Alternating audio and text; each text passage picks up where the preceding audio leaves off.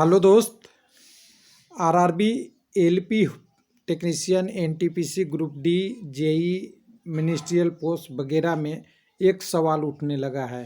सवाल कैसे उठा है उसकी बात भी करेंगे। स्टैंड बाई कैंडिडेट 50% नहीं होगा क्या डॉक्यूमेंट वेरिफिकेशन में, या कह सकते हैं कि 50% कैंडिडेट डॉक्यूमेंट वेरिफिकेशन में बुलाया जाएगा या नहीं, रेलवे का क्या नियम है।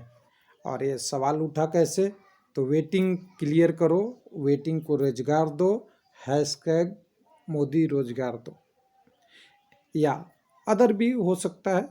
तो ये कैंडिडेट का डिमांड है, और कैंडिडेट के डिमांड पे आरआरबी काम तो कम करती है, क्योंकि आरआरबी काम करती है रिक्वायरमेंट पे, कितनी लोगों की ज़रूरत है उस पे चलती है। लेकिन हर व्यक्ति को अपनी बात रखने का अधिकार है, इस तरह से स्टूडेंट भी रख रहे हैं, इसमें कोई बुराई नहीं है।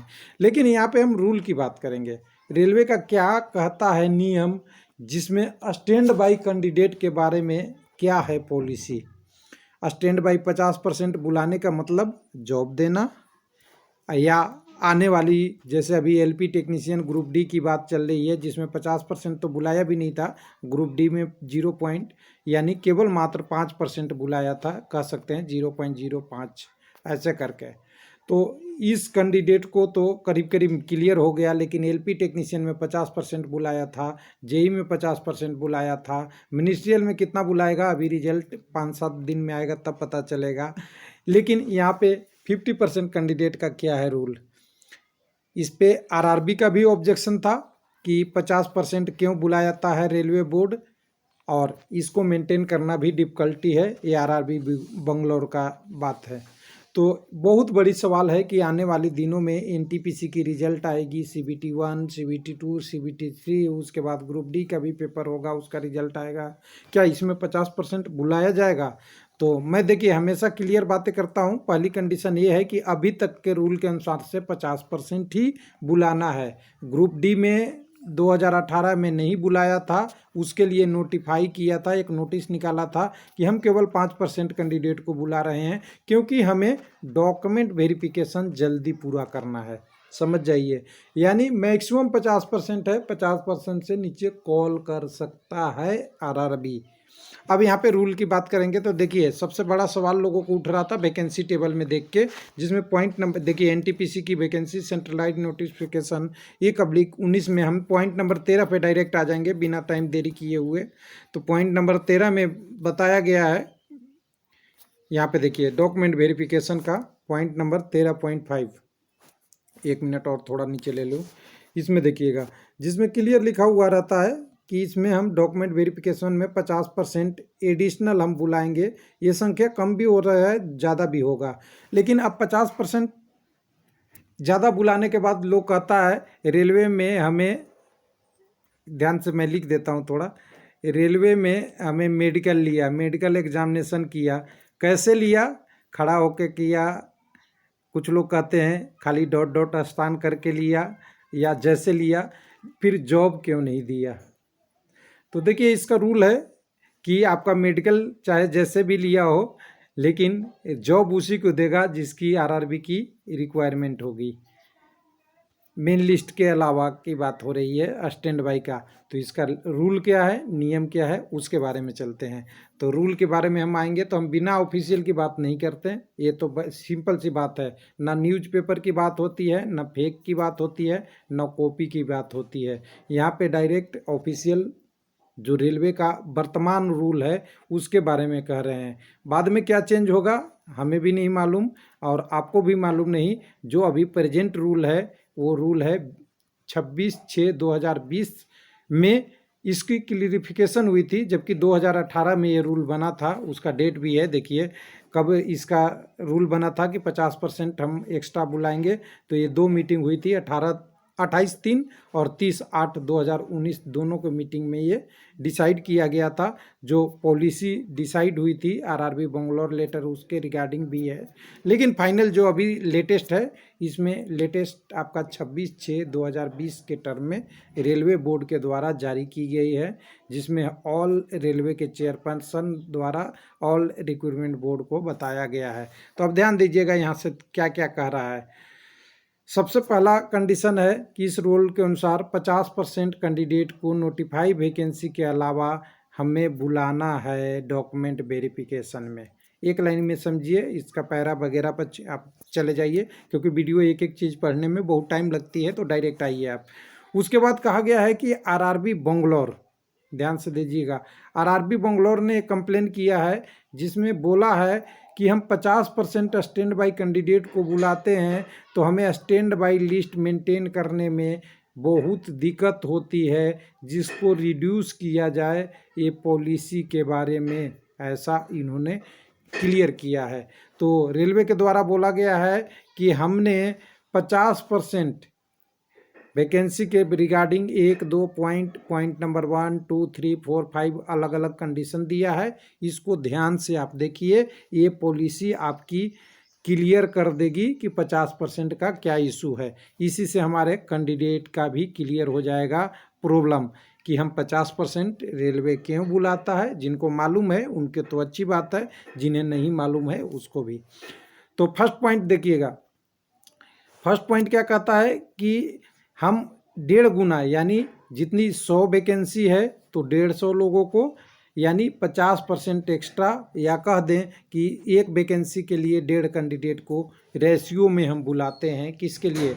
डॉक्यूमेंट वेरिफिकेशन के लिए, जितना वैकेंसी अवेलेबल है टोटल उसके लिए।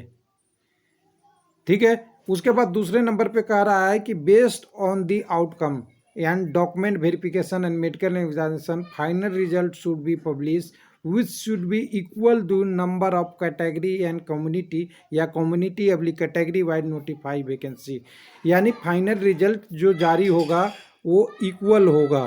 किसकी? 100 वैकेंसी थी तो 100 के लिए, अगर 100 में से 10 कोई मेडिकल एग्जामिनेशन या डॉक्यूमेंट वेरिफिकेशन छोड़ देता है तो उसके बदले क्या वेटिंग से शिफ्ट इसमें करेंगे। ध्यान दीजिएगा, ये दोनों पॉइंट मेन है। यानी जॉब हम कितने को देंगे? 100 को। 100 में पहले जो सुटेबल है उसको, अगर नहीं मिलता है तो स्टैंड बाई से। उसके बाद तीसरे नंबर पे आइए, इसके बाद कहता है कि maintain to 50% all time not require. यानी एक कह रहा है कि 50% तो हम डॉक्यूमेंट वेरिफिकेशन में एडिशनल बुलाते हैं, लेकिन ये हमेशा 50% नहीं आपको मेंटेन करना है। अगर मान लिया आपने 150 लोगों को बुलाया था, 100 लोगों को पैनल में लेना था, लेकिन 100 में से कुछ लोग डॉक्यूमेंट वेरिफिकेशन छोड़ दिए, मेडिकल एग्जामिनेशन कंप्लीट नहीं किए, या जो भी कंडीशन रहा हो, तो यहाँ से अगर आपने 20 कैंडिडेट उठा को यहाँ ला दिए, यानी यहाँ 100 कैंडिडेट को तो मेन में ले लिए, लेकिन 150 में से 100 ओरिजिनल में और 20 छोड़ने के कारण, यानी आपके पास 30 ही लोग वेटिंग में रहे, तो आपको 50 मेंटेन करने की ज़रूरत नहीं है, 30 ही मेंटेन करके रखिए। ध्यान दीजिएगा, इसके बाद भी क्लियरिफिकेशन आएगा। तो आपको कितना मेंटेन करके रखना है? जितनी अभी बची हुई है 30। उसके अलावा भी अगर आपको लगता है कि stand by candidate publish in board however never give instruction to ट्रेम है, कह रहा है कि आपको इसका लिस्ट पब्लिश करना कोई ज़रूरत नहीं है। यानी वेटिंग लिस्ट का बताना कि आपका वेटिंग लिस्ट कितना नंबर है, ज़रूरी नहीं है पब्लिश करना। अगर करना चाहते हैं तो वो आरआरबी का अधिकार है, ऐसा रूल कोई नहीं है कि आपको पब्लिश ही करना है। तो कुछ लोग कहते हैं कि वेटिंग लिस्ट बाद में दिखाता क्यों नहीं है, तो हो सकता है इसी का इशू हो। और चौथे नंबर पॉइंट के बाद 5वें नंबर में देखेंगे, कह रहा है कि even after the calling 50% additional candidate, अगर 100 की वैकेंसी थी, 150 बुला लिया, लेकिन 150 लोगों में से भी ये 100 वैकेंसी फुल नहीं हुई, तब सेकंड डीबी की बारी आएगी। ये मैंने पहले भी बोल दिया था कि सेकंड डीबी कब आती है? जब रिक्वायर वैकेंसी फुल नहीं हुई है, या फ्यूचर में कोई रिक्वायरमेंट पड़ गई, जिसमें आप देखिएगा कि क्लियर लिख दिया है कि अगर आपकी वैकेंसी फाइनल रिजल्ट बनाते वक्त ही आपकी नहीं पूरा होती है, शॉर्टफॉल रहती है, तो आपको फिर से कम्युनिटी बाइक के लिए आपको सेकंड डीबी कर सकते हैं। उसके बाद भी अगर छठा पॉइंट पे देखेंगे तो छठा पॉइंट भी क्लियर कर रहा है कि in case RRB feel there the need to go further down. अगर आपने स्टैंड बाई लिया है सेकंड डीबी भी कर दिया और आप चाहते हैं कि वो वैकेंसी 100 पूरा करना है और आपके पास कैंडिडेट नहीं है तो और फर्दर डाउन जाके थर्ड डीबी भी करा सकते हैं, ऐसा आरआरबी का नियम कहता है। उसके बाद फाइनल जो कहता है, however no case candidate should be college for document who does not mean have a minimum qualification mark is respective community. इसका मतलब, कहने का मतलब सीधा अगर एक लाइन में बोलें तो मिनिमम क्वालिफाई मार्क्स लाएगा तभी डीबी में कॉल करना पड़ेगा। जैसा कि आपने देखा था 30% का क्राइटेरिया एससी और ओबीसी का था, 40% का क्राइटेरिया आपका यूआर का था, पीडब्ल्यूडी के लिए 2% के हर कैटेगरियों में छूट दी गई थी। उसके अलावा भी आपका एसटी का भी जो था वो कैटेगरी का 25% वो भी लाना था। यानी इससे अगर कम लाते हैं तो आपको चाहे वो पोस्ट खाली हो या नहीं खाली हो, स्टैंड बाई इससे नीचे नहीं लिया जा सकता।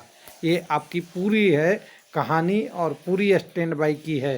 तो स्टैंड बाई को अब देखिए, ध्यान से देखिए कि बात है, कहीं नहीं लिखा है कि हमें स्टैंड बाई कैंडिडेट को जॉब देना है। हर जगह दिखाया हुआ है कि हमें स्टैंड बाई लिस्ट से क्या करेंगे, रिक्वायरमेंट को अपनी फुल करेंगे। चाहे 100 वैकेंसी है और फ्यूचर में भी अगर कब ज़रूरत पड़ती है तो 100 + 10 पड़ेगी तो 110 वैकेंसी को हम फुल करेंगे, वेटिंग लिस्ट से करेंगे, लेकिन वेटिंग लिस्ट को जॉब देंगे ऐसा कहीं नहीं लिखा है। कहीं भी आप देखेंगे तो सारी कंडीशन को इन्होंने लिख दिया है। अब लोगों का सवाल उठता है कि हमारा वेटिंग लिस्ट में बुलाया ही क्यों।